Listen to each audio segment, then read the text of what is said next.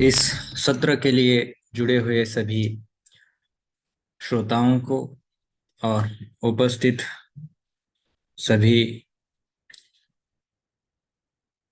बुद्ध धम्म के विचारों को सुनने की और उसके विचारों पर निष्ठा रखने वाले सभी बुद्ध धम्म के अनुयायियों को मैं प्रणाम करता हूं। और उसके साथ ही आज का विषय जो है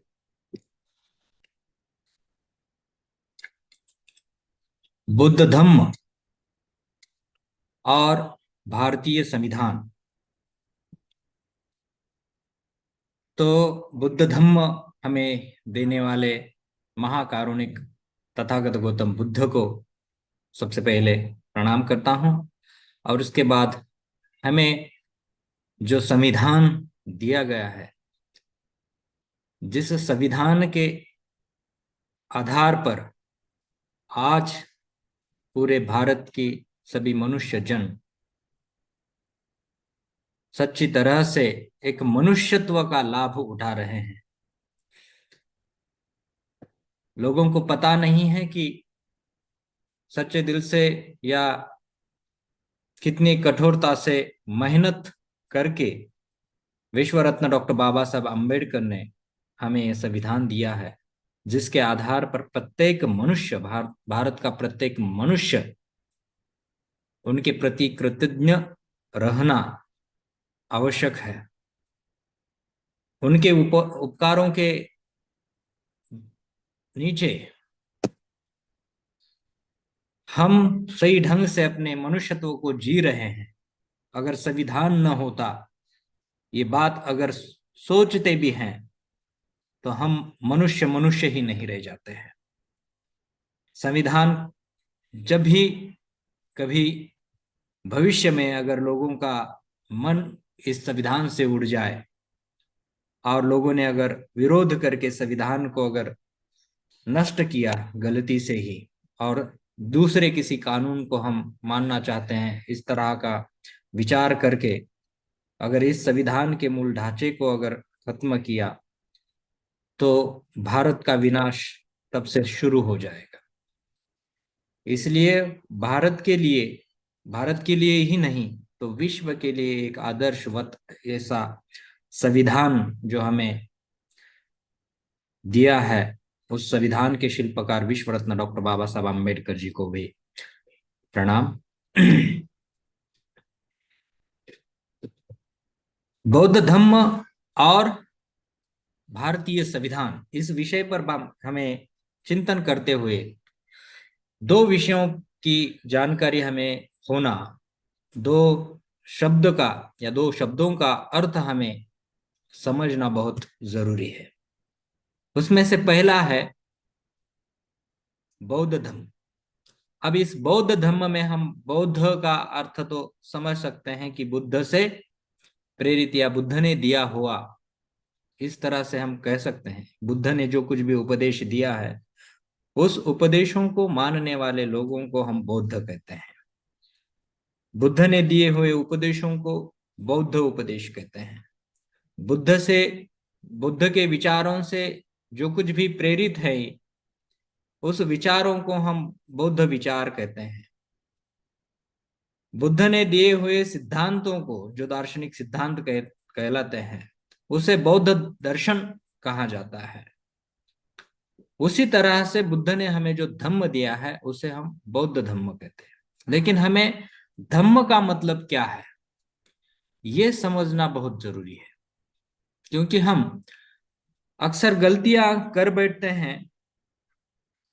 जिस बात को हमें समझना है या जिस बात के लिए हम तो जिस बात को जानने की हम कोशिश करते हैं, उस बात को बाजू में रखकर या उस बात के अलावा हम दूसरी ही बातों पर बहुत ज्यादा चर्चा करते रहते हैं।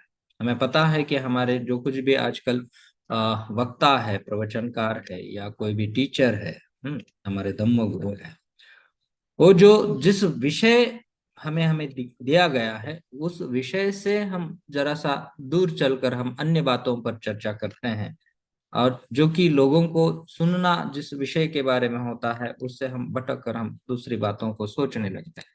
इसलिए आज का जो विषय है हम उसी विषय पर चिंतन करेंगे, क्योंकि ये बहुत गहरी बात है कि धम्म हम किस अर्थ में ले रहे हैं। आज रिलीजन या धर्म या धम्म, इस बात को हम जाकर बहुत सारा लोगों की ये गलत फहमी होती है कि हम अगर धर्म यूज करेंगे तो ये बुद्ध के विरुद्ध है, या बाबा साहब ने धर्म और धम्म में बहुत सारा डिफरेंस बताया है। इस तरह की एक गलत फहमी है।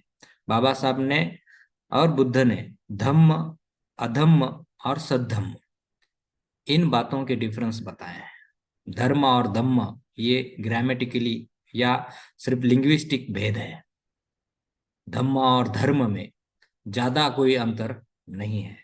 जो पाली में हम धम्म शब्द को यूज करते हैं उसी में रो जोड़कर संस्कृत में धर्म इस शब्द की उत्पत्ति होती है या धर्म कहा जाता है। उसका मूल रूट जो है वो ध्रुव जो है वो संस्कृत में बताया जाता है, लेकिन उसका मूल जो लैंग्वेज है वो पाली है, मागधी है। संविधान भी शब्द जो बना गया है वो पाली का शब्द है। पाली डिक्शनरी में हम अगर ढूंढते हैं तो वो मिलता है। संस्कृत में बहुत ही कम डिक्शनरी में वो वर्ड मिलता है, संविधान। इसी तरह से इस धम्म वर्ड को अगर हम देखते हैं तो ये धम्म यानी कि आज के संस्कृत के हिसाब से या ग्रामेटिकली इसे अगर ध्रुव रूट से उसका मूल धातु जो है ध्रुव, तो धारण करना या पोषण करना।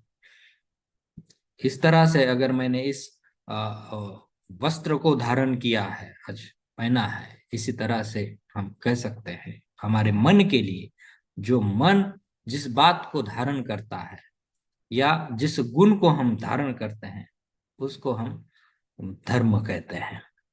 जिस तरह से एक आध पशु हम कहते हैं कि हिंस्र पशु कौन कौन से हैं, जिस तरह से शेर है एक हिंस्र पशु है, हम कह सकते हैं उसका एक धर्म है। जिस तरह से बिच्छू का जो धर्म होता है डंक मारना, इस तरह से मनुष्य का जो धर्म है वो मनुष्यत्व जो धर्म कहा जाता है, जिसे समता, बंधुता, न्याय, इस सोच पर आधारित जो तत्व हैं या इस सोच के जो मूल्य हैं उसे हम धर्म कहते हैं या धम्म कहते हैं। उसी गुणों को हम धम्म कह रहे हैं, और बुद्ध भी उसी बात को धम्म कहना चाहते हैं। बुद्ध का भी जो धम्म है, सब पापस अकरणं कुशलस्य उपसंपदा सचित्त परियोदपनं एतं बुद्धान शासन, जो बुद्ध का शासन है या बुद्ध का धम्म है, वो धम्म भी पूरी तरह से अपने मन को सभी दोष से, सभी अधम्म से या सभी पाप से मुक्त करना है, अपने मन को शुद्ध करना है। इसी को धम्म कहा गया है और वही हमारा बौद्ध धम्म है। इसके अलावा हम जो आज इस धम्म के स्वरूप को देखते हैं या इस वर्ड का आज में हम रिलीजन के तौर पर या धर्म के तौर पर हम जो आज हम सोच रहे हैं कि एक धम्म अगर सोचते हैं तो उस धम्म के अनुसार हम कम्युनिटी को सोच रहे हैं। बुद्ध ने दिए हुए विचारों को जो कुछ भी मानने वाले लोग हैं वो हम एक बड़े बड़े तौर पर या स्थूल भाव से हम उन्हें बौद्ध कहते हैं। भले ही वो लोग कितना बुद्ध के विचारों का अनुसरण जीवन में करते हैं इसका कोई जांच या उसकी पड़ताल, उसका सर्वे कहीं नहीं होता है। वो सर्वे भी करना बहुत जरूरी है, वो हमारे हमारे लिए बहुत बड़ी काम की बात है। अन्यथा कोई भी आदमी आकर अपने आप को बौद्ध कहने लगेगा। मैंने पिछले लेक्चर में यही बात रखी थी कि बौद्ध होना यानी कि जन्म के आधार पर कोई बौद्ध नहीं होता है या बुद्धिस्ट नहीं होता है। तो हमें अपने कर्म से अपने मन के या अपने चित्त के पूरे दुर्गुणों को नष्ट करके बुद्धत्व को जाना या फिर बुद्ध बनना या बुद्ध का अनुकरण करना या बुद्ध अनुयायी होना, ये उसकी क्राइटेरिया है, ये इसका उसकी पात्रता है। वो हमें हासिल करनी पड़ती है। हमारे मन को शुद्ध करने के बाद ही हम बुद्ध हो सकते हैं। जब तक शुद्ध नहीं है मन से, चित्त से, तब तक हम बुद्ध नहीं है, इस तरह से हम कह सकते हैं। इसलिए ये बौद्ध धम्म है, तो अपने चित्त को शुद्ध करना है। दूसरा एक आधार है जो हम संविधान के अनुसार या अभी व्यवहार में, जो लोक व्यवहार में धर्म का शब्द हम यूज करते हैं, वो समुदाय के अर्थ से करते हैं। जो लोग बुद्ध के अनुयायी हैं, वो जो कम्युनिटी है, अब वो फिर कम्युनिटी के तरफ जा रहा है, लेकिन मैं वो वर्ड कम्युनिटी वगैरह यूज नहीं करना चाहता, क्योंकि उसे एक डंक लगा हुआ है कि वो जन्म के आधार पर होता है। तो हमें जन्म के आधार पर जो कम्युनिटी बनी होती है, वो उस कम्युनिटी के बारे में मैं बात नहीं कर रहा। तो ये जो कम्युनिटी है वो विचारों की है। ये धर्मादाय जो है, तो ये उसके वारिस, विचारों के वारिस या विचारों के अनुसार जो बने हुए हैं, एक साथ आए हुए लोग हैं, वो उस आधार पर उस कम्युनिटी को हम कह सकते हैं कि ये बुद्धिस्ट है। या जैन के जो कुछ भी अनुयायी हैं वो जैन कहलाते गए हैं। जो पैगंबर के जो अनुयायी हैं उन्हें हम मुस्लिम या इस्लाम जो कुछ भी है वो कहते हैं। जो वैदिक विचारों को मानते हैं, जो ब्रह्म तत्व ज्ञान को मानते हैं, उसे ब्राह्मण धर्म कहा जाता है, या आज के तौर पर उसे ही मॉडर्न तौर पर हिंदू धर्म कहा जा रहा है। तो ये जो धर्म की व्याख्याएं हैं, ये व्याख्याएं आमतौर पर व्यवहार के लिए हम बता रहे हैं, लेकिन बुद्ध को खुद इस व्याख्या पर कतई ही विश्वास नहीं था। ये हम उनके उपदेशों को और उन्होंने दी हुई धम्म की जो कुछ भी व्याख्या है, उसको देखकर हमें समझ में आता है कि ये व्याख्या जो है वो बुद्ध की व्याख्या से मैच नहीं होती है। तो बुद्ध का धम्म कहना ये बहुत ही गहरी बात है, और वो चित्त से संबंधित है। और आज हम जो व्यवहार में धर्म शब्द का यूज कर रहे हैं, धम्म शब्द का यूज कर रहे हैं, या रिलीजन शब्द का यूज कर रहे हैं, वो समुदाय के आधार पर है। तो मैं जो अभी डिस्कस कर रहा हूँ वो धर्म जो शब्द है, या धम्म शब्द है, या रिलीजन शब्द है, आज के व्याख्यान के लिए वो मैं कम्युनिटी के आधार पर कर रहा हूँ, क्योंकि हमें आज उसका अर्थ संविधान के साथ लेना है। क्योंकि हम संविधान और बौद्ध धर्म इस आधार पर बात कर रहे हैं। अब बौद्ध धर्म जो है, उस धर्म में दो बातें होती है। एक तो उसका खुद का निर्माता होता है। उस निर्माता का जो कुछ भी है, जो धर्म जिसने इस्टेब्लिश किया है, अब जिस तरह से बौद्ध धर्म का उद्गाता जो कुछ भी हम बुद्ध को कहते हैं, भले ही बुद्ध ने उसकी कुछ रजिस्ट्री या मैं ऐसा धर्म स्थापित कर रहा हूँ ऐसा कुछ वक्तव्य नहीं किया था, फिर भी वो एक अलिखित तौर पर वो बुद्ध का ही धम्म है, इस तरह से माना जाता है, और वो मानना उचित है, उसमें कोई गलत बात नहीं है। तो बुद्ध ने दिया हुआ जो कुछ भी धर्म है, उस धम्म में भारतीय संविधान का जो कुछ भी आज जो हम रूप देखते हैं, उस भारतीय संविधान और भारतीय और बौद्ध धम्म, इन दो चीजों में कौन सी सिमिलरिटीज है, या कौन से तत्व एक साथ जुड़े हुए हैं, इनका संबंध क्या है, एक दूसरे से वो मेल खाते हैं या नहीं खाते हैं, संविधान के अंदर में कौन सी बातें आती है और धम्म में कौन सी बातें आती है, इन दोनों का संबंध क्या है, इस बात पर हम आज चर्चा करने वाले हैं। तो मैंने धम्म का जो कुछ भी अर्थ बताया है, और उसी के आधार पर आज मैं जो व्याख्यान दे रहा हूँ उसमें जो धर्म शब्द यूज कर रहा हूँ, वो शब्द जो है वो कम्युनिटी के आधार पर भी होगा, और कभी कभी हमारे बुद्ध ने जो कुछ भी व्याख्या दी है, जो चित्त को शुद्ध करने की बात रखी है, उस आधार पर भी होगा। इसलिए धर्म और धम्म का जो कुछ भी डेफिनेशन है, वो दोनों भी हर अर्थ में कहीं कहीं लीजिए। दूसरा जो वर्ड है वो है संविधान। मैंने अभी कहा कि संविधान भी पाली डिक्शनरी में हमें वो वर्ड मिलता है। विनय पिटक में उनके कहीं कहीं उल्लेख आए हैं। उसका मतलब ये है कि सम जो है वो जो प्रीफिक्स उसे लगता है कि अच्छी तरह से, इस अर्थ में भी कभी कभी लगता है, या समुचित समुदाय के तौर से भी लिखता है, एक समूह, इसी अर्थ से भी वो सम लगता है कभी कभी। और जो विधान है, तो विधान का मतलब हमें समझ में आता है या डिक्शनरी में हमें मिलता है कि अच्छी तरह लोगों को उपदेश करने के लिए जो कुछ भी वर्ड यूज किए जाते हैं, या अम, एक हम कह सकते हैं कि कुछ रूल्स बनाए जाते हैं सोसाइटी के हित के लिए या समाज के हित के लिए, जो कुछ भी नियम बनाए जाते हैं, उस नियमों का गुच्छा, या हम क्या कहते हैं, अब जिस तरह से फूल का गुच्छा रहता है, उसी तरह से ये संविधान जो है वो सोसाइटी के लिए बने हुए अलग अलग नियमों का एक संगठित रूप है। उसे हम संविधान कहते हैं।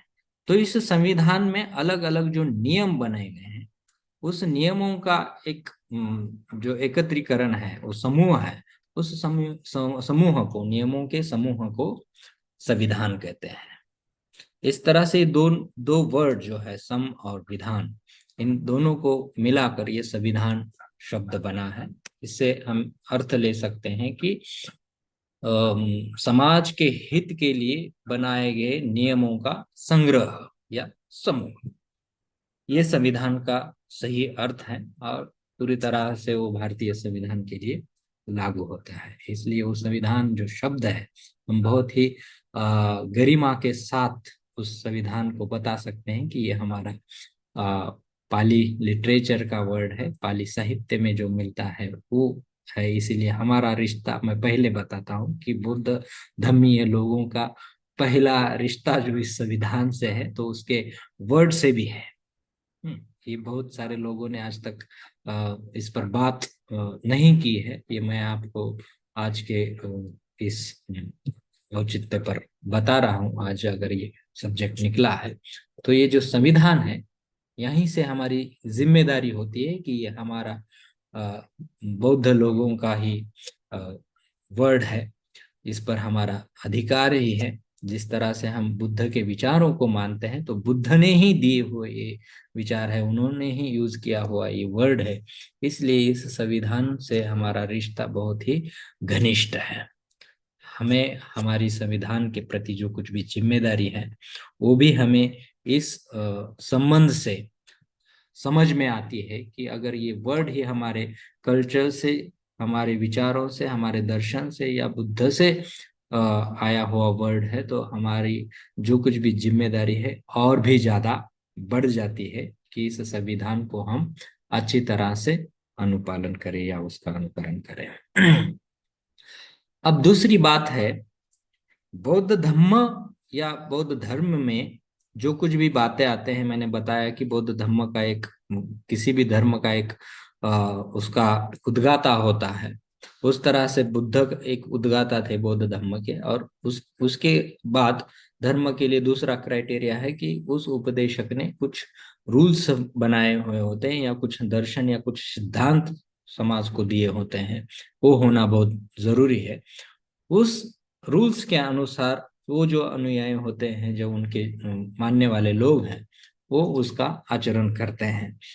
तो बौद्ध धर्म के कुछ दर्शन या फिलोसफी या जो कुछ भी सिद्धांत थे, वो सिद्धांत क्या है, और भारतीय संविधान में जो कुछ भी नियमों का संगठन दिया है या नियमों का समूह दिया हुआ है, नियम बने हैं, बताए गए हैं, तो उस नियमों को अगर हम एक साथ पढ़ते हैं या देखते, तो बुद्ध के तत्व और संविधान में आने वाले नियमों के तत्व एक साथ मिलान करते हैं। मेरा तो ये मानना है कि भारतीय संविधान की जो कुछ भी बातें हैं, उनकी जो कुछ भी भारतीय हम संविधान की जो उद्देशिका देखते हैं, उस उद्देशिका में जो मूल तत्व हैं, उस मूल तत्वों को अगर हम देखते हैं तो उसे परिपूर्ण करने के लिए भारत में आज जो कुछ भी धर्म मौजूद है, उस धर्म से उन तत्वों का मिलान अगर करके देखा जाए तो भारत के किसी भी धर्म में इस तत्वों का पालन नहीं हो सकता है सिवाय बौद्ध धर्म के। एकमेव बौद्ध धर्म है जो भारतीय संविधान के सभी तत्वों का अनुकरण या तत्वों का पालन कर सकता है। केवल और केवल बौद्ध धर्म ही जो है जो भारतीय संविधान के उद्देश्य को परिपूर्ण कर सकते हैं। ये बुद्धिस्ट फिलॉसफी है, बुद्ध का जो दर्शन है, ये बुद्ध का दर्शन ही पूरी तरह से बौद्ध का भारतीय संविधान का उद्देश्य पूरा कर सकता है। ये किसी लोगों ने या किसी विचारवंत ने जब भी संविधान आने के बाद इस बात को गहरी तरह से नहीं रखा है कि ये संविधान की जो उद्देशिका है, इस उद्देशिका को पूरी तरह से अंतिम ध्येय तक पहुंचाने के लिए कौन सा धर्म अच्छी तरह से काम कर सकता है, इसका अगर सर्वे ले लिया जाए, उसका अगर अच्छी तरह से उसकी पढ़ाई या उसका अध्ययन किया जाए तो रिसर्च से यही बात निकलेगी कि बौद्ध धम्म एकमेव धम्म है जो सच्ची तरह से संविधान के जो कुछ भी उद्देश्य है, उस उद्देश्य को पूरी तरह से वो क्या कर सकते हैं, वो पूरा कर सकते हैं। तो मुझे लगता है कि वो कौन सी बातें हैं जो एक साथ मैच होती है या सहसंबंधी है, एक आपस से वो पूरक है, उन बातों को हमें देखना बहुत ही जरूरी है। उस उद्देश्य का के हम वर्ड अगर देखते हैं, स्वतंत्रता, बंधुता और न्याय, तो इस स्वतंत्र, समता, बंधुता और न्याय, इस मूलभूत विचारों को या तत्वों को किस तरह से बुद्धिज्म में स्थान दिया गया है, ये अगर देखेंगे, या उसके उससे भी हम वो तो उद्देश्य का हम जरा सा बाद में देखेंगे। अगर हम सब्जेक्ट वाइज अगर जाना चाहेंगे या भारतीय संविधान को अगर सामने रखकर उसके ढांचे को अगर देख कर देते हैं तो पहले तो उद्देशिका ही आती है। लेकिन फिर भी अगर देखते हैं कि भारतीय संविधान का जो पहला कलम है, जो भारत को संघराज्य बताता है, भारत एक संघराज्य है, उसमें दिया गया हुआ यूनियन या वो शब्द यानी कि वो संघ, यानी कि संविधान की शुरुआत ही संघ से होती है, वो संघ भी बुद्धिज्म से आया हुआ है। हमें जो बुद्धिज्म में संगम शरणम गच्छामि यह कहा गया है, वो वर्ड जो है उस संघ से आया है, और वही संघ जो है भारत के संविधान में उसकी शुरुआत ही, भारत की संविधान की शुरुआत ही इसी वर्ड से होती है।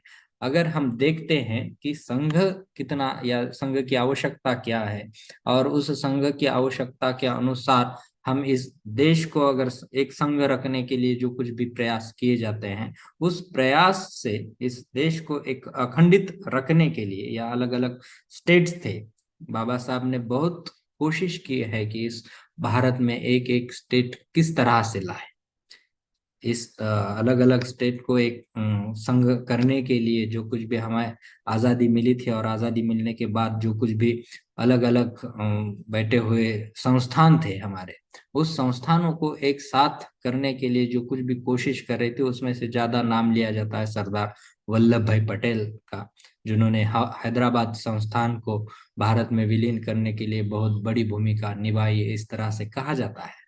लेकिन डॉक्टर बाबा साहब अम्बेडकर की भूमिका को कोई अच्छी तरह से अब तक ध्यान नहीं दिया गया। लेकिन इस भारत को सही ढंग से एक भारत बनाने के लिए, सभी संस्थानों को एक साथ जोड़ने के लिए एक ही आदमी दिन रात मेहनत कर रहा था, उनका नाम था विश्व रत्न डॉक्टर बाबा साहब अम्बेडकर। इस आदमी ने इस राष्ट्र को एक संघ बनाया है। और ये संघ एक संघ बनाने की कोशिश क्यों की हुई बाबा साहब ने, या बाबा साहब इस ऊर्जा से क्यों चल रहे थे? क्योंकि डॉक्टर बाबा साहब आम्बेडकर ने बौद्ध धर्म में जो कुछ भी संघ राज्य पद्धति थी, गणराज्य पद्धति थी, उसका बहुत ही गंभीरता से अध्ययन किया था। और डॉक्टर बाबा साहब आम्बेडकर के मन मस्तिष्क पर बौद्ध धर्म की गणराज्य पद्धति स्वार्थी या मन मस्तिष्क पर उनका प्रभाव बहुत ज्यादा था। इसलिए बाबा साहब आम्बेडकर इस भारत को एक संघ राज्य बनाने की कोशिश कर रहे थे, और उन्होंने वो करके दिखाया।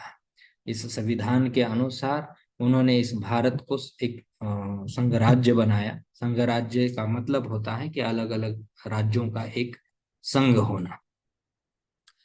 अब ये बात, इसी बात से हम शुरू करें तो हम देख सकते हैं कि संविधान का जो कुछ भी उद्देश्य है वो भी बुद्धिज्म से ही प्रेरित रहा है। उसमें जो कुछ भी उद्देशिका में जो वर्ड आते हैं वो भी बुद्धिज्म से प्रेरित है। अब दूसरी बात अगर हम देखते हैं भारतीय संविधान की, तो भारतीय संविधान में पहली बात बाबा साहब अम्बेडकर के सामने हमने देखा था, या हम पढ़ते हैं कि बाबा साहब अम्बेडकर ने 1947 में जो कुछ भी महाड़ में एक बहुत ही बड़ा ऐतिहासिक कार्य किया था।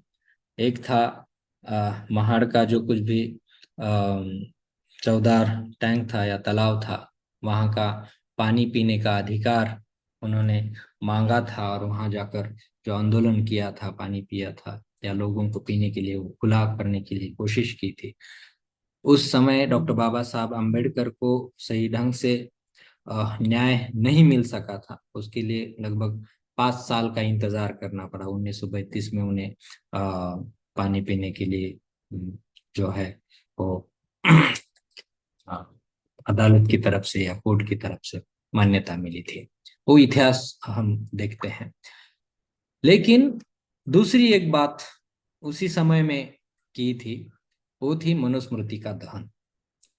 तो डॉक्टर बाबा साहब अम्बेडकर का मनुस्मृति दहन हम जब जो देखते हैं उसके बारे में अगर सोचते हैं कि एक पुरुष है विश्व रत्न डॉक्टर बाबा साहब अम्बेडकर, जो एक तरफ कहते हैं कि मेरे किताबों को अगर कोई हाथ भी लगाएगा तो मैं उसका हाथ काट डालूंगा। ये विश्व रत्न डॉक्टर बाबा साहब अम्बेडकर जी का विधान है कि अगर कोई मेरे किताबों को हाथ लगाएगा तो मैं उसका हाथ काट दूंगा। मेरी संपत्ति, मेरी और किसी बात को अगर नुकसान पहुंचाए तो मैं सहन कर सकता हूं, लेकिन मेरे किताबों के साथ कोई खिलवाड़ करे ये मैं कदापि ही सहन नहीं करूंगा। ये बाबा साहब अम्बेडकर की सोच थी। इतना ज्यादा प्रेम यह आदमी डॉक्टर बाबा साहब अम्बेडकर किताबों से करता है। किताब या ग्रंथ उनके लिए जान से भी ज्यादा प्यारी है। किताबों पर वो इतना सारा प्यार करते हैं। फिर एक मनुष्य जो ग्रंथों पर इतना प्यार करता है, उसे इतना चाहता है कि ग्रंथ को इतना मानता है, फिर वही इंसान एक ग्रंथ को फाड़कर उसे जलाने के लिए मजबूर क्यों होता है? इस बात को बहुत गहरी गंभीरता से हमें सोचना चाहिए। लेकिन आज जो हम देखते हैं कि लोगों को गुस्सा आता है कि वो इस तरह से, या उनकी बातें कुछ मंजूर थी नहीं थी, या संविधान के विरोधी, या डॉक्टर अम्बेडकर के विचारों के विरोधी जो लोग हैं वो सिर्फ यही सोचते हैं कि उन्होंने ब्राह्मण ने लिखा हुआ ये जो कुछ भी रूल था, ये किताब थी, इसलिए उन्होंने जलाया होगा, या वह ब्राह्मण समाज से या ब्राह्मण विचारों से या वैदिक विचारों से वो घृणा करते थे, इसलिए उन्होंने मनुस्मृति को जलाई। इस तरह की बातें आज रखी जाती है। और मनुस्मृति का महत्व आज के युग में क्या है, इस तरह के लेक्चर रखे जाते हैं, लोगों को प्रेरित किया जाता है कि मनुस्मृति बहुत अच्छा टेक्स्ट है। अभी ये भी प्रचार अभी चल रहा है, लेकिन लोगों के सामने लोगों की ये बात सुनना है या कौन सी बात अनुकरण करना है, ये लोगों ने अपने अपने दिमाग से वह सोचना चाहिए। दो किताबें रखकर, संविधान, भारतीय संविधान आज का और मनुस्मृति, इन दोनों को एक साथ में रखकर पढ़कर हमें जागरूक होना चाहिए। हमें देखना चाहिए कौन सा सही है कौन सा गलत है, वह हमें तय करने की बुद्धि हमें जागरूक करनी पड़ेगी, विकसित करनी पड़ेगी। हमें लोगों को बताना पड़ेगा क्या सही है और क्या गलत है, और लोगों ने खुद ने प्रयास करना बहुत जरूरी है। तो हम चाहते हैं कि अगर हम देखते हैं कि बाबा साहब अंबेडकर ने दिया हुआ संविधान जो है, उस संविधान में बनाए हुए जो कुछ भी नियम है, जो कुछ भी आर्टिकल है, उस आर्टिकल्स में एक एक जो बात मनुस्मृति में जिसे खारिज किया गया था, जिस अधिकारों को खारिज किया गया था, जो शूद्र और अतिशूद्रों के लिए जिन बातों को मनुस्मृति अवॉइड करती है, प्रतिरोध करती है, उन बातों को एक एक करके रिलीज करना या उन बातों को लोगों को देना। जिन अधिकारों पर बंधन लगाए हुए हैं वो अधिकार लोगों को देना, यह डॉक्टर बाबा साहब अम्बेडकर ने काम किया है। मनुस्मृति ने जिन बातों को अलगाव किया था, जिन बातों को विरोध किया था, उस बातों को लोगों को देने के लिए भारतीय संविधान अपनी भूमिका निभाता है। अब समझिए, लोगों में समता नहीं थी। जिन जिन लोगों में अस्पृश्यता का व्यवहार किया जाता था या शूद्र अतिशूद्र माना जाता था या वर्ण व्यवस्था थी, तो भारतीय संविधान पहले उस वर्ण व्यवस्था को ही खत्म कर देते हैं। जो नागरिक के जो कुछ भी नियम बताते हैं, भारतीय संविधान के अनुसार जो कुछ भी आर्टिकल आते हैं, और उस आर्टिकल में जो कुछ भी रूल है, उस रूल के नीचे लिखा गया होता है कि यह रूल किसी भी भेदभाव से रहित होगा। यानी कि कोई भी बात जो है वो जन्म के आधार पर, वर्ण के आधार पर, लिंग के आधार पर या प्रदेश के आधार पर, इस बात से कोई भी आदमी इस अधिकार से वंचित नहीं रहेगा। यह बाबा साहब अंबेडकर हर एक संविधान या आर्टिकल के नीचे वो बात रखते हैं। उसमें जो दूसरी बात रखी है, या इस भारतीय संविधान का जो दूसरा भाग है, नागरिकत्व, उस नागरिकत्व में भी यही आता है कि इस भारतीय नागरिकत्व देते समय किसी भी वर्ण व्यवस्था को या किसी भी जाति व्यवस्था को या किसी भी रंग के अनुसार, वर्ण के अनुसार, जाति के अनुसार या प्रदेश के अनुसार कोई भी भेदभाव नहीं माना जाएगा। ये जो बात बाबा साहब देते हैं, ये वर्ण व्यवस्था के विरुद्ध उठा हुआ या मनुस्मृति के विरुद्ध लिया गया एक बहुत ही बड़ा कदम, बहुत ही बड़ी योजना थी, जो इंसान को इंसानियत बहाल करती है। अब इस आर्टिकल को देखा जाए या भारतीय संविधान के इस अधिकार को देखा जाए, या नागरिकता हो या संघ राज्य हो, उसका अगर हम बुद्धिज्म से मेल करते हैं तो संघ राज्य का हमने देखा है कि ये संघ से ही आई हुई बात है, और संघ का मतलब है कि हम सब मिलकर एक साथ हमारे हित की या हमारी जो कुछ भी उन्नति है उसके लिए बात करेंगे। उस संघ को शरण जाना है, यानी कि सभी लोगों की जो कुछ भी हमारा समूह है, उस समूह में कोई भी अकेला निर्णय ले लेगा तो हम सब एक साथ निर्णय लेंगे, उसे ही गणराज्य पद्धति जो कहते हैं, गणराज्य व्यवस्था जो कहते हैं, वही व्यवस्था डॉक्टर बाबा साहब अम्बेडकर संविधान में लाते हैं, उसे संघ राज्य कहा गया है। तो ये जो कुछ भी बात थी, उसके बाद का जो है नागरिकत्व था, उस पर से भी बाबा साहब अम्बेडकर जो कुछ भी मनुस्मृति ने हमें जो कुछ भी बंधन दिए थे वो हटाते हैं। अब इस बात को अगर हम बौद्ध धर्म के अनुसार देखा जाए, तो बौद्ध धर्म में भी आते समय तथागत गौतम बुद्ध ने उस समय में जिस तरह से वर्ण व्यवस्था का विचार किया जाता था कि इस परंपरा में आने के लिए एक गुरु जो था, तो उस शिष्य को पहले उसका जो कुछ भी गोत्र पूछते थे कि आप कौन से गोत्र से हो। अगर वो ब्राह्मण के किसी गोत्र से हैं तो उसे वो जो कुछ भी है शिक्षा देते थे। ऐसी बहुत सारी परंपराएं थी जो गोत्र के अनुसार ही उन्हें शिक्षा देती थी। लेकिन बुद्ध ने जो संघ स्थापित किया, उस संघ में बुद्ध ने पहली बात, वो जो पूरी तरह से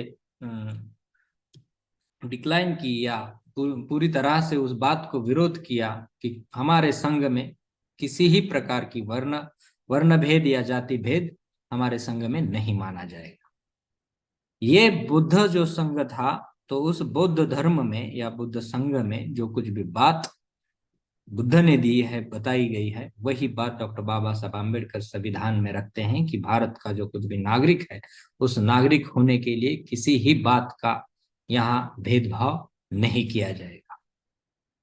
ये जो नीति है, ये नीति बौद्ध धर्म में भी अपनाई गई और भारतीय संविधान में भी अपनाई गई। यहीं से शुरुआत होती है बौद्ध धर्म और भारतीय संविधान के संबंध की, या उनके दोनों में जो कुछ भी रिलेशन है या दोनों की सिमिलरिटी है, उसके अनुसार। दूसरा जो भाग है, भाग 3 जो भारतीय संविधान का है, वो मूलभूत हक का है। फंडामेंटल राइट्स जो हमें इंडियन कॉन्स्टिट्यूशन में बताए गए हैं, उस फंडामेंटल राइट्स को अगर हम देखते हैं तो वहां ये राइट्स सभी धर्म, वंश, जात, लिंग और जन्म स्थान यानी प्रदेश, इसके अनुसार कोई भी हक हमसे नहीं छीना जाएगा। जिस तरह से बुद्ध अपने संघ में ये सभी भेदभावों को नष्ट करते हैं, वर्ण सिस्टम को भी वो पूरी तरह से विरोध करते हैं, उसी तरह से भारतीय संविधान ने ये सभी जो भेदभाव थे, वो चाहे धर्म के आधार पर हो, वो चाहे वंश के आधार पर हो, वो जाति के आधार पर हो, लिंग के आधार पर हो या जन्म स्थान के आधार पर, ये सभी प्रकार के जो कुछ भी भेदभाव है वो भारतीय संविधान से हटाए गए। भारतीय संविधान इन कौन से ही भेदभावों को मानती नहीं है। उसी तरह से भगवान बुद्ध ने दिया हुआ ये जो कुछ भी धम्म है, वो धम्म भी किसी भी प्रकार के भेदभाव को मानता नहीं। इसलिए ये बुद्धिज्म में, बौद्ध धम्म में और भारतीय संविधान में एक बात, यानी कि एक ही सिद्धांत, दोनों ही इस स्ट्रक्चर में या जो कुछ भी संस्थाएं कह सकते हैं, इन दोनों में भी एक ही बात दिखाई देती है, वो है समता की। किसी भी प्रकार का भेदभाव नहीं किया जाएगा। यानी कि पहला जो फंडामेंटल राइट है वही है समतेचा अधिकार या समता का जो कुछ भी ये है लॉ ऑफ इक्वलिटी और इक्वलिटी बिफोर लॉ, उसे हम कहते हैं। तो ये बात अगर हम बुद्धा की सोच से अगर देखते हैं, तो बुद्धा ने वर्णा सिस्टम को क्यों नकारा था या उस बुद्धा ने किस तरह से उसकी चिकित्सा की थी, ये अगर हम देखते हैं कि बुद्ध, उनके पहले जो समाज में ब्राह्मण वर्ण बहुत ही श्रेष्ठ होता है और बाकी के जो वर्ण है उनके अधीन रहना चाहिए या उन्होंने उनकी सेवा करनी चाहिए, ये जो बात रखी गई थी, उस बात को बुद्ध डिनाई करते हैं और बुद्ध कहते हैं कि सभी वर्ण एक जैसे हैं। कोई भी आदमी ऊंच नहीं है या नीच नहीं है। जाति के आधार पर ऊंच नीचता कतई ही मान्य नहीं की जाएगी। ये जो भगवान बुद्ध की बात है, उस बात को चैलेंज करते हुए उन्होंने रेफरेंस दिया, उन्होंने तर्क दिया कि आप सिद्ध कर सकते हैं। उनके पास एक ब्राह्मण जब उनके पास जाता है तो ब्राह्मण उन्हें बताता है कि ब्राह्मण कुल को श्रेष्ठ माना जाता है वगैरह। तब बुद्ध उन्हें सवाल करते हैं कि ब्राह्मण का जन्म किस तरह से होता है, तो वो बताता है कि ब्राह्मण का जन्म भी दूसरे वर्ण के लोगों के जैसे महिलाएं प्रसूत होती है, उसी तरह से ब्राह्मण की महिला भी प्रसूत होती है। तो बुद्ध कहते हैं कि अगर ब्राह्मण अगर श्रेष्ठ होता है तो ब्राह्मण कुल की जो कुछ भी महिला है, ब्राह्मण की जो महिला है, वो महिला अन्य महिलाओं की तरह क्यों प्रसूत होती है। अगर ब्राह्मण सच में ही श्रेष्ठ है तो वो अन्य लोगों की तरह क्यों पैदा होता है। उसके पैदा होने की अगर विधि ही अलग नहीं है तो वह श्रेष्ठ श्रेष्ठ है। ये बात कौन सी बातों से सिद्ध होती है? ये बहुत ही गहरा सवाल बुद्ध ने उस ब्राह्मण से किया था। उस पर कोई भी जवाब आज तक कोई नहीं दे सकता है और नहीं दे सकेगा। उसी बात को दोहराते हुए भारतीय संविधान भी जाति के आधार पर, वर्ण के आधार पर, वंश के आधार पर या प्रदेश के आधार पर कोई भी भेदभाव नहीं मानता है। यही भारतीय संविधान का जो मूलभूत अधिकार है, इक्वालिटी बिफोर लॉ, ये भी वही कहता है कि यहाँ कोई भी वर्ण के आधार पर, जाति के आधार पर, लिंग के आधार पर या प्रदेश के आधार पर कोई भी ऊंच और कोई नीच नहीं रहेगा। ये भारतीय संविधान है और यही बौद्ध धर्म की दी हुई देन हमें कहा जा सकता है। और हम अन्य धर्मों धर्मों की अगर बात देखते हैं और उस पर ज्यादा अगर हम विचार करते हैं कि ये अलग अलग धर्मों में उसके लिए क्या प्रयोजन है या कौन सी बात की गई है, तो इस पर हम पहला धर्म अगर प्राचीन धर्म अगर कहा जाए तो आज जो हिंदू धर्म कह रहे हैं कि हम हमारा जो धर्म है बहुत ही प्राचीन है, उसे सनातन भी कह रहे हैं। वो सनातन शब्द भी बुद्धिस्ट से ही लिया गया है। तो ये सभी जो वर्ड यूज कर रहे हैं और बता रहे हैं कि हमारा धर्म बहुत ही पुराना है, तो उसे अगर हम पीछे ले जा सकते हैं तो ज्यादा से ज्यादा तौर पर हम ले जाते हैं वो है वैदिक धर्म। हम कह सकते हैं कि बुद्धा के पहले कुछ वेद वगैरह रखे होंगे और वहाँ वर्ण व्यवस्था वगैरह थी या किस तरह से वो काम करती थी, उस पर ज्यादा हम अभी बात नहीं कर सकते हैं। लेकिन वर्ण सिस्टम को बुद्धा ने जो अपोज किया था, इस बात को हम गहराई से देख सकते हैं कि पहले वर्ण व्यवस्था थी। और जो उनकी डिबेट अगर हम देखते हैं कि ब्राह्मण आके उन्हें बताते हैं कि हम श्रेष्ठ है वगैरह वगैरह, तो हम ये भी कह सकते हैं कि उस समय के जो ब्राह्मण थे जो वर्ण व्यवस्था को मानते थे। अब इस बात को हम उस रिलीजन के सिद्धांत के आधार से अगर देखते हैं तो संस्कृत में जो कुछ भी ऋग्वेद है और ऋग्वेद में पुरुष सूक्त है, उसमें ब्राह्मणों मुकमासित बाहु राजन्य कृता, ये जो कुछ भी श्लोक आता है पुरुष सूक्त में, उसका मतलब है कि ब्राह्मण ब्रह्म के मुख से या वो जो कुछ विराट पुरुष की वहां पुरुष का वर्णन किया है, उस विराट पुरुष के मुख से ब्राह्मण पैदा हुए हैं, उनका सिद्धांत है। उसके बाद बाहु से यानी कि जो भुजा है वहां से क्षत्रिय पैदा हुए हैं। हाँ, यदवैश्य जो है उरो यदवैश्य जिस तरह से मुझे पेट से या उदर से जो कुछ भी है वो वैश्य जो है वो पैदा हुए हैं। और शूद्रो पदभ्याम आजायत, इस तरह से वो उसका आखिरी चरण है, यानी कि शूद्र जो है वो पैरों से जन्मे हैं या पैदा हुए हैं, उत्पन्न हुए हैं। तो इस बात को अगर देखते हैं कि उनका मूल आधार जो है वो है वर्ण व्यवस्था। अब सभी हिंदू धर्म के जो कुछ भी लोग हैं, अब जो आजकल जो लोग अन्य जातियां अपने आप को हिंदू बोल रही हैं, वो बहुत ही अज्ञान में बोल रही है। उनकी वो उनमें उस बात का ज्ञान नहीं है, इसलिए वो अपने आप को हिंदू बोलते हैं। लेकिन सही ढंग से अगर हम देखते हैं, जो हिंदू अपने आप को कहते हैं, उनका मूल आधार या मूल सिद्धांत कौन सा है? तो वर्ण व्यवस्था है। चतुर्वर्ण उसका मूल आधार है और वर्ण व्यवस्था को माने बगैर वो अपने धर्म को चला ही नहीं सकते। अगर जो हम आप इस भारत के नागरिकों को ये बात समझ में नहीं आ रहे हैं कि वो गलती से क्या कर रहे हैं, वो अपने आप को हिंदू कह रहे हैं, इसका मतलब है हम संविधान को नहीं मान रहे हैं। अब ये उन लोगों को पता नहीं, या हम उन्हें जाकर बताने में हम कम हो रहे हैं। अपने आप को हिंदू मानना यानी अपने आप को वर्ण व्यवस्था का समर्थक मानना है। और जो वर्ण व्यवस्था का मानने वाला है वो संविधान के अधीन आता ही नहीं, वो अपने आप ही संविधान के सभी कलमों का उल्लंघन करता है। उस पर केस हो सकती है, ये उन्हें पता नहीं है ये क्या करने जा रहे हैं। भगवत गीता की जो कसम ली जाती है वो भी कोर्ट के अनुसार संविधान का उल्लंघन है। अगर सही मायने से अगर देखा जाए तो उस भगवत गीता में एक श्लोक आता है जिसमें वर्ण संकर से और जाति संकर से हमारा धर्म नष्ट हो जाता है। यह बात श्री कृष्ण जो है वो अर्जुन को बताता है।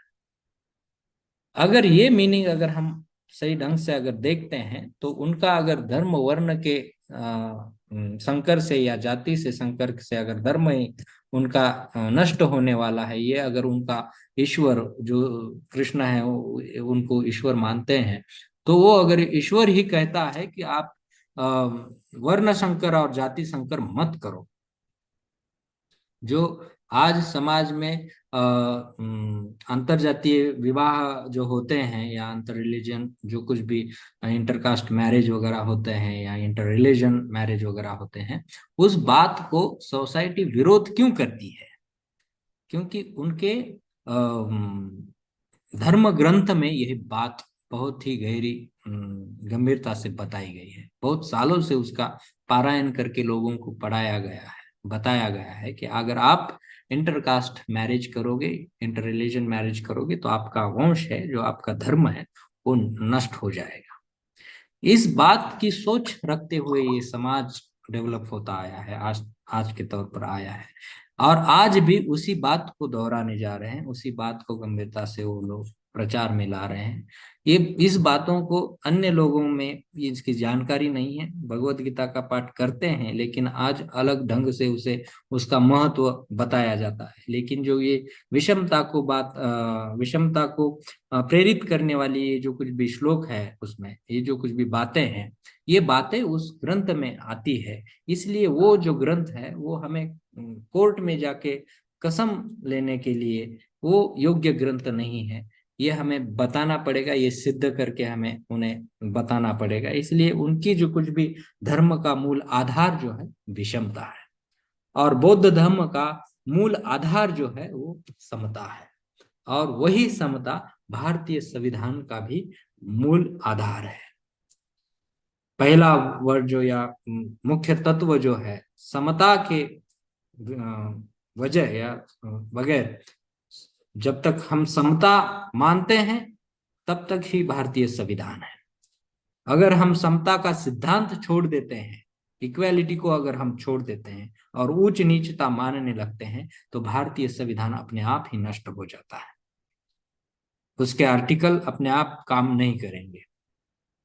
तो भारतीय संविधान के आर्टिकल को हमें अगर चलाना है, सही ढंग से चलाए। आज तक ये भारतीय संविधान का अच्छी तरह से अमल क्यों नहीं हो पाया है? इसका रीजन यही है कि लोगों के मन मस्तिष्क में कहीं ना कहीं जात की, कहीं ना कहीं वर्ण की, कहीं ना कहीं लिंग की ये भेदभावना जो है वो मन में गहराई से काम कर रही है। वो अपने आप में उस जाति के आधार पर, लिंग के आधार पर, प्रदेश के आधार पर उनके दिमाग में जो कुछ भी विषमताएं बैठी हैं, जो भेदभाव की भावना बसी है, उस भावनाओं को हम नष्ट नहीं कर पाए। हम जो व्यवहार करते हैं, जो हमारे घर में आज भी महिलाओं के साथ या किसी अन्य लोगों के साथ जो व्यवहार करते हैं, वो व्यवहार कहीं ना कहीं विषमता के विचारों के अधीन है, जो मनुस्मृति से आते हैं या अन्य धर्म से आते हैं।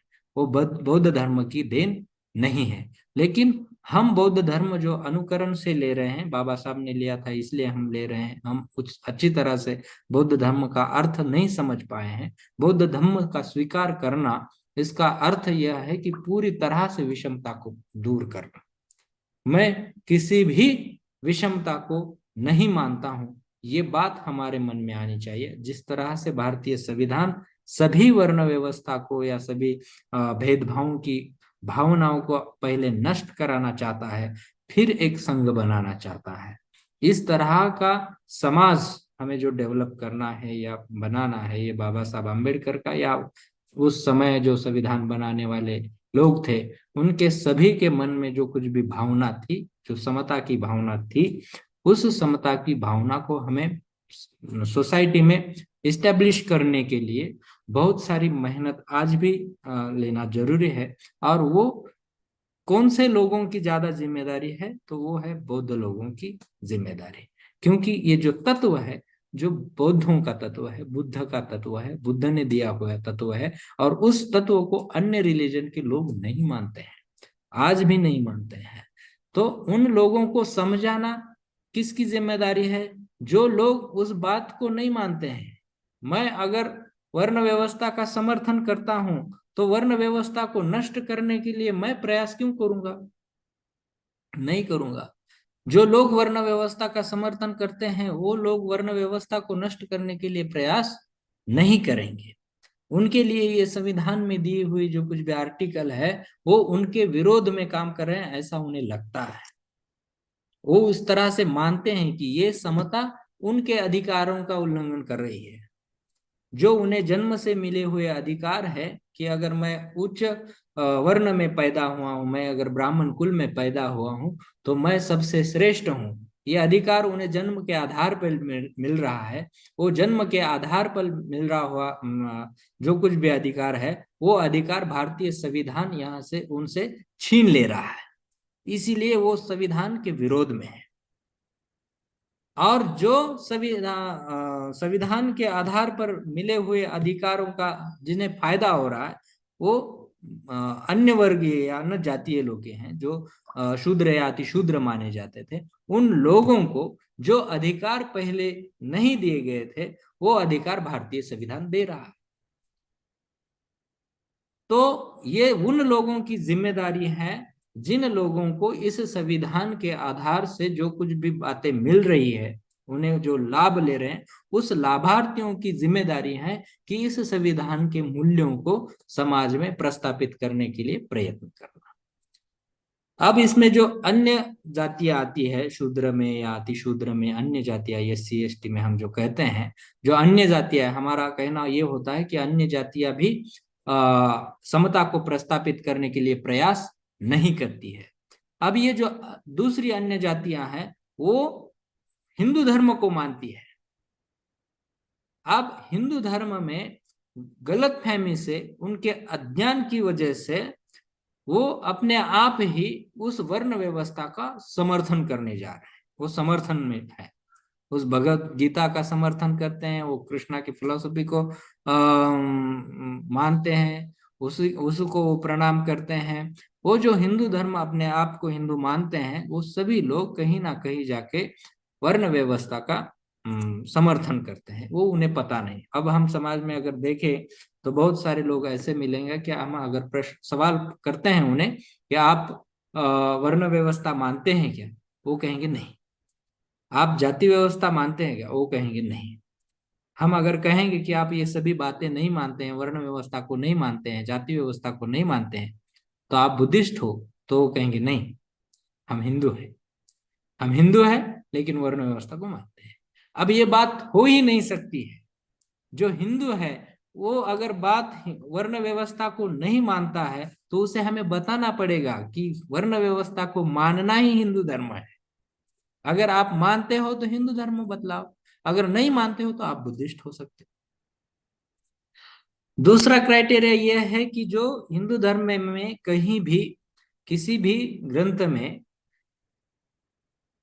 सत्य, अहिंसा, ये जो कुछ भी बातें हैं, यानी कि हमारे पंचशील में जो बताई गई बातें हैं कि मैं चोरी नहीं करूंगा, झूठ नहीं बोलूंगा, प्राणी हिंसा नहीं करूंगा, या अम्लीय पदार्थों का सेवन नहीं करूंगा, इस बात का ये प्रतिज्ञा जो है, मैं तो प्रतिज्ञा कहता हूँ, हम जो वंदना कहते हैं या प्रार्थना कहते हैं, ये बहुत अलग बात है।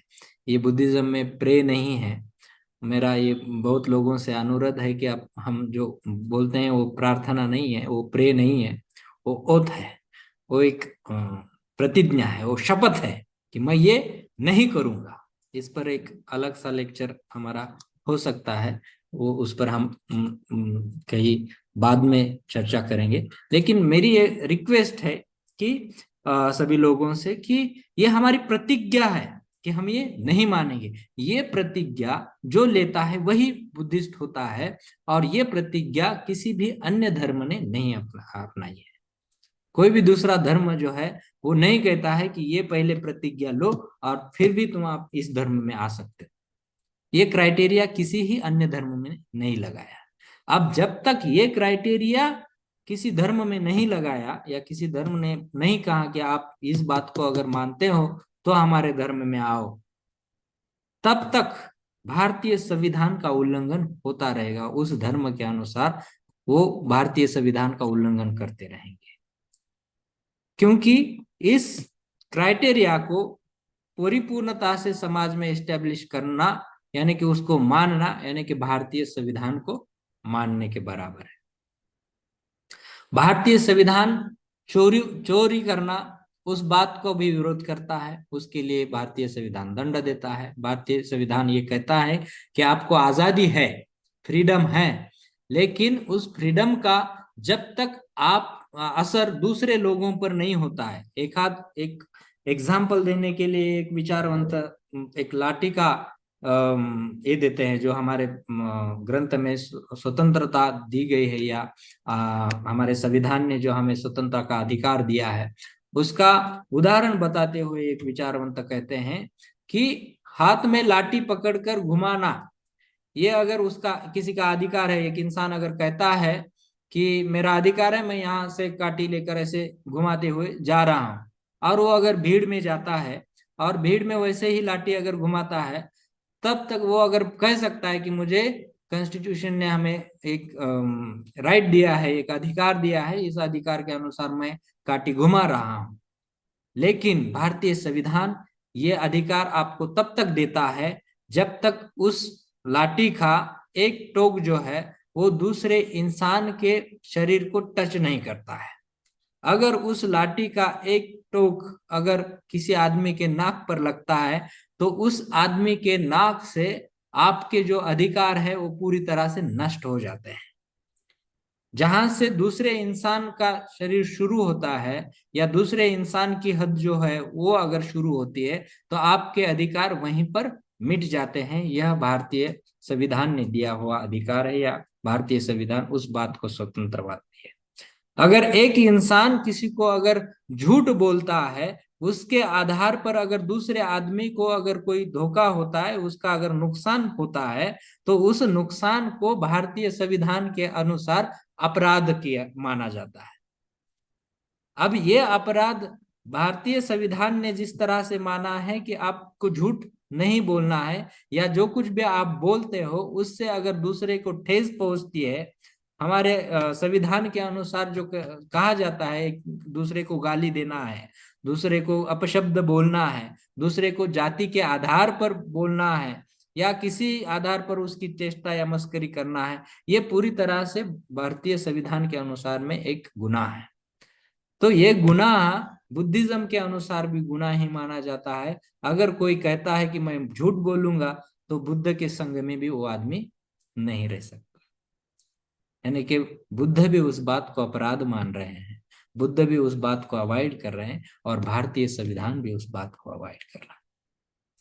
चोरी करना भी बुद्ध भी अवॉइड कर रहे हैं, भारतीय संविधान भी अवॉइड कर रहा है। हर एक बात जो भारतीय संविधान कहता है कि ये हमारे देश में नहीं चलेगा या हमें उसे भारतीय संविधान ने जिन जिन बातों को अपराध माना है, बुद्ध ने उन्हीं बातों को अपराध माना है। ये बुद्ध ने दी हुई जो कुछ भी धर्म है, उस धर्म की जो कुछ भी एक रेखा है, उसका जो आदमी उल्लंघन नहीं करता है वही आदमी सही ढंग से भारतीय संविधान का भी अनुपालन करता है। जो भारतीय बौद्ध हमारे बौद्ध धर्म के दिए हुए सिद्धांतों का उल्लंघन करता है, वो आदमी भारतीय संविधान के जो कुछ भी बॉर्डर है उसका कभी भी वो पालन नहीं कर सकता। ये इसीलिए भारतीय धर्म की बौद्ध धर्म की जो कुछ भी खासियत हम कह सकते हैं, ये बौद्ध धर्म और भारतीय संविधान एक ही ढांचा है।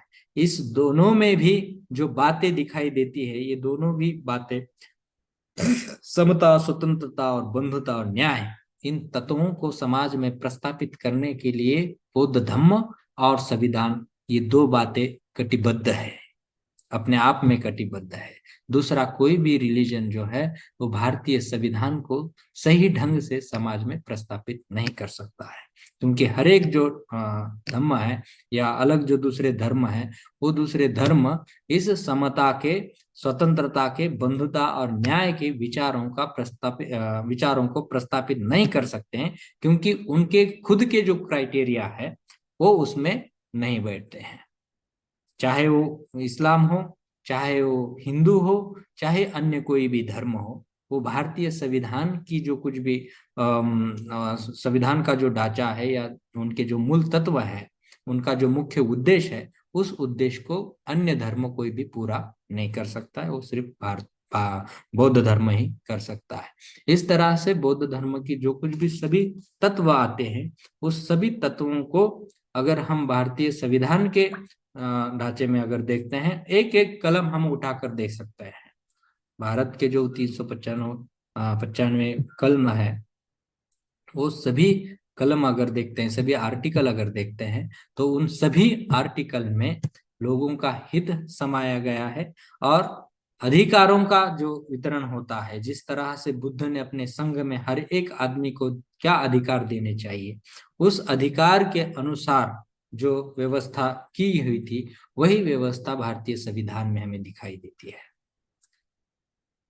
इस तौर से हम अगर पूरे भारतीय संविधान को देखेंगे और इसी दृष्टि से अगर पूरे बुद्ध के फिलॉसफी को या बुद्ध धर्म के पूरे उपदेशों को अगर देखते हैं, तो बुद्ध के उपदेश और भारतीय संविधान एक ही विधान करती है, एक ही बात रखती है। सोसाइटी में इन लोगों को अगर समता, स्वतंत्रता, बंधुता देना है, यही बात बुद्ध भी अपने विचारों से, अपने उपदेशों से, अलग अलग कथाओं से लोगों को बता रही है, उन्हें समझा रही है, उन्हें समझाने की कोशिश कर रही है।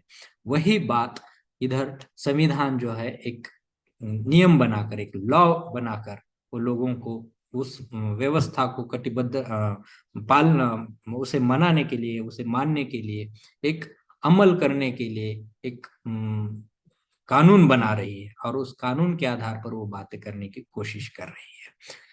इधर धर्म के आधार पर बुद्ध जो है ये समता, स्वतंत्रता, बंधुता लोगों में भावनिक तौर पर बता रहे हैं, और संविधान जो है ये कानूनी तौर पर लोगों में यही तत्व जो है वो स्थापित करने की कोशिश कर रहे हैं।